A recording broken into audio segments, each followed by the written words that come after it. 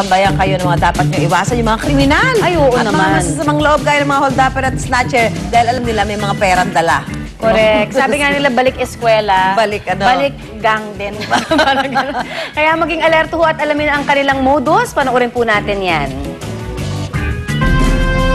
Ilang araw mula ngayon at pasukan na naman.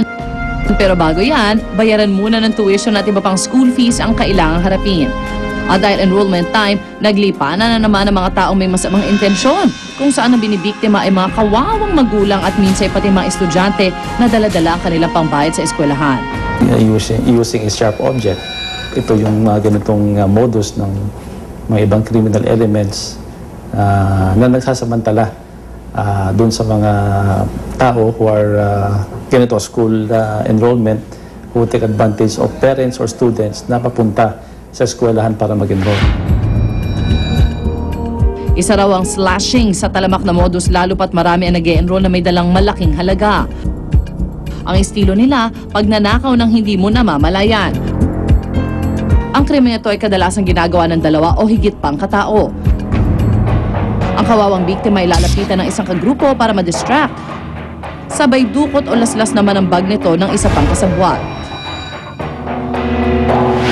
Ang snatching o sapilitang pagkuha ng bag o mga gamit tulad ng cellphone o wallet ng biktima ang isa pang modus na talamak kapag panahon ng enrollment. Kung saan karaniwang gumagamit ng sandata ang suspect para takutin ang biktima. Madalas ito nagaganap sa labas mismo ng paaralan o sa di mataong lugar. Mag-ingat din sa pangingikil o extortion. Sa modus na ito, ang suspect ay karaniwang mga tambay na nag-aabang ng kanilang target. Puntirian nila ang mga freshman o baguhang estudyante na kanilang ibubuli hanggang sa sapilitan nilang kukunin ng pera na kanilang prospect. Isa pang nakakapambiktima ang mga fixer. Ito ang mga taong nanloloko sa mga magulang na nag-e-enroll. Ang technique, mag-aalok sila ng tulong para mauna sa pila o pagproseso ng mga papeles sa pag-e-enroll. Kapalit ito ay ang paghingi nila ng kabayaran. Pero ang totoo, di sila miyembro o empleyado ng eskwelahan.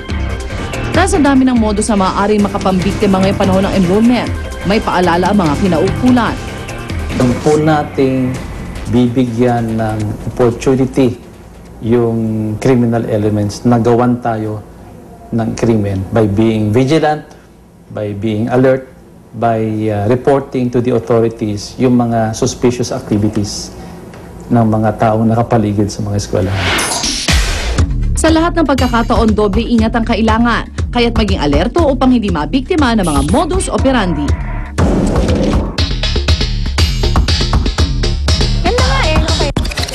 Ayun. Ayun naman. So, dapat yan. Ingat-ingat. Mag-ingat ho tayo dahil lalong-lalo na may mga dalaw pambayad ng matrikula, tuition, Masakit yun, Mars, pag yun ang nakuha. Pinaghirapan yun, no? Pero anyway, ito naman, dahil napag-uusapan natin yung opening of classes. Opening of classes. Alam mo, ang dami natin mga kababayan, syempre, na nagkukumpuni na ngayon, nag-aayos na ng mga eskwelahan. Kaya naman ngayon. Lalo na kasi kahapon malakas ang ulan. Ako baka may maipong mga tubig dyan sa mga eskwelahan. May mga pute, kailangan na tanggalin na yan. Dahil by Monday, maganda naman na ibabalik yung estudyante. Malinis ang mga silya nila, yung paligid nila. Diba? Nakakatulong din syempre yun sa pag-absorb nila ng kanilang natututunan. Saka may inspire sila. Yes. Wow, ganda-ganda na school namin. Ladies, di ba? Ayan, balikan natin si Tony Pet sa ating servisyon totoo project dito po sa Quezon City. Kasama niya si May! Ayan. Hello! Kamusta kayo dyan sa Kamusta? paglilinis? Marami na bang nalinis? Ayan, no, nasa bubong. Nasa bubungan pa. Hi, Ate Susan. Hi, Connie. Nagbabalik kami rito sa Lupang Pangako Elementary School sa Payatas. At syempre, bilang bahagi ng ating servisyon totoo para sa ating mga estudyante, ngayong darating na Lunes, pasukan na nila, kailangan siguraduhin natin ang kanilang eskwelahan, facilities, at partikular na ang mga bubungan ay maayos at walang mga butas. Di ba? Ito ang kailangan, ang isa sa mga concerns nila rito ay ang kanilang bubong. Yung bubong, syempre ilang taon yan, lalo na ngayong pasukan, Hunyo, maraming mga experience na ulan, prone siya sa kalawang at pagbubutas. Kaya kailangan siguraduhin nating laging sine-check ang mga roofings, tapos meron tayo dito mga butas dito na kailangan i-address. Tapos, siguraduhin din natin malinis ito lagi. Laging walang baha, walang bara, walang mga dumi nang maaaring magka-corrode ng ating mga ceilings. Tapos, eto nga, meron, may mga AFP volunteers natin dito, tumutulong sa paglilinis. Kailangan, dahan-dahan lang boys ha, ingat lang kayo ha. Kailangan natin lagyan ng sealant. Marami kami nakita mga butas dito eh. Yan ang ating mga kailangang i-address. Tingnan mo, kung makikita ninyo, ang pinagmumula ng butas ng mga ceilings ay yung mismong tornilyo nila kung saan kung nagbaband dun sa ceiling at dun sa pinakailalim niyan. Ang mga alulod, naku, number one problem yan dito. At syempre, minsan hindi na ito napapansin kasi ang inuuna nila yung mga facilities ng mga bata sa baba, yung mga papisara, mga upuan, pero hindi nila alam ang isa sa problema ay ang bubong. Nagkakaroon ng malaking perwisyo ito para sa mga bata. Yan, no? So, kailangan siguraduhin nating sealed ang mga yan.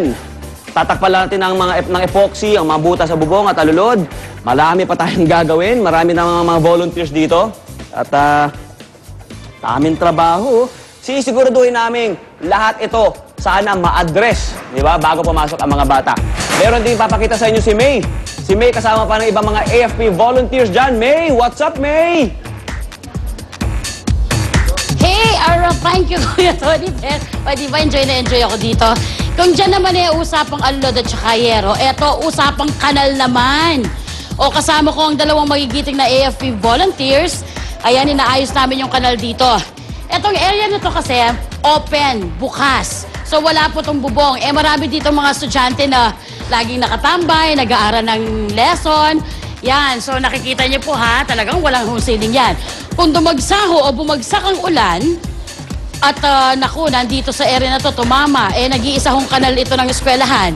Naku, kailangan ho mapanatili itong malinis. Kung hindi, alam niyo na hong mangyayari, talaga hong babahana. Pag bumaha dito, mag-overflow, this is the only quadrangle ng eskwelahang ito. Kaya dapat, mapanatili hong malinis. Look at that, ang dami hong plastic. Yan talaga yung nakakapagpastak ng mga kanal-kanal. O, diba? Naku, mamaya ho, talagang kakaririn namin ng mga AFP volunteers ito. Anyway, sa aming pagbabalik po, naku, makikita niyo na, before and after. Before po kung anong itsura ng eskwelahan to, at saka after na malinis at maayos. At kasama po dyan, naku, sa aming pagbabalik payong at saka kapote ang ipamimigay namin. Naku, only here in Unang Hirit po yan ha, sa pagtutok namin dito sa Brigada Eskwela. Oh my God, let's go kuya! Back to studio? Or magbabalik ang Unang Hirit. Let's go kuya! Come on, let's go kuya! Come on, let's go kuya! Come on!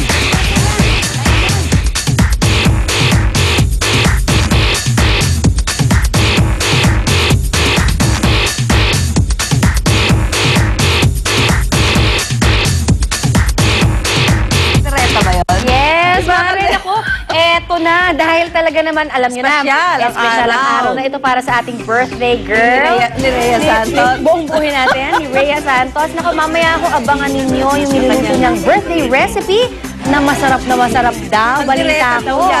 Aba, ayan na nga ba ang kanyang special recipe? Nako, pinamagic. Parang doon ako sa magic na yan. Ayan, naku, natatakam na kami dito, Rhea. Kaya naman, mamaya ho, abangan niyo yan sa pagbabalik namin dito po sa Unang Hirit. Ay, Rhea, sarapan mo yan ha. Dadamihan mo kain ko ha. Birthday girl. Happy birthday to you. Happy birthday! Happy birthday to you. Unang Hirit ang saya. Hindi ko raw anak, bakit daw inaaruga ko, minamahal ko. Parang sarili kong anak, galing sa laman ko, hindi iba. Mahal kita. Nalaga mo pa ako, malaki na ako eh. Wish ko lang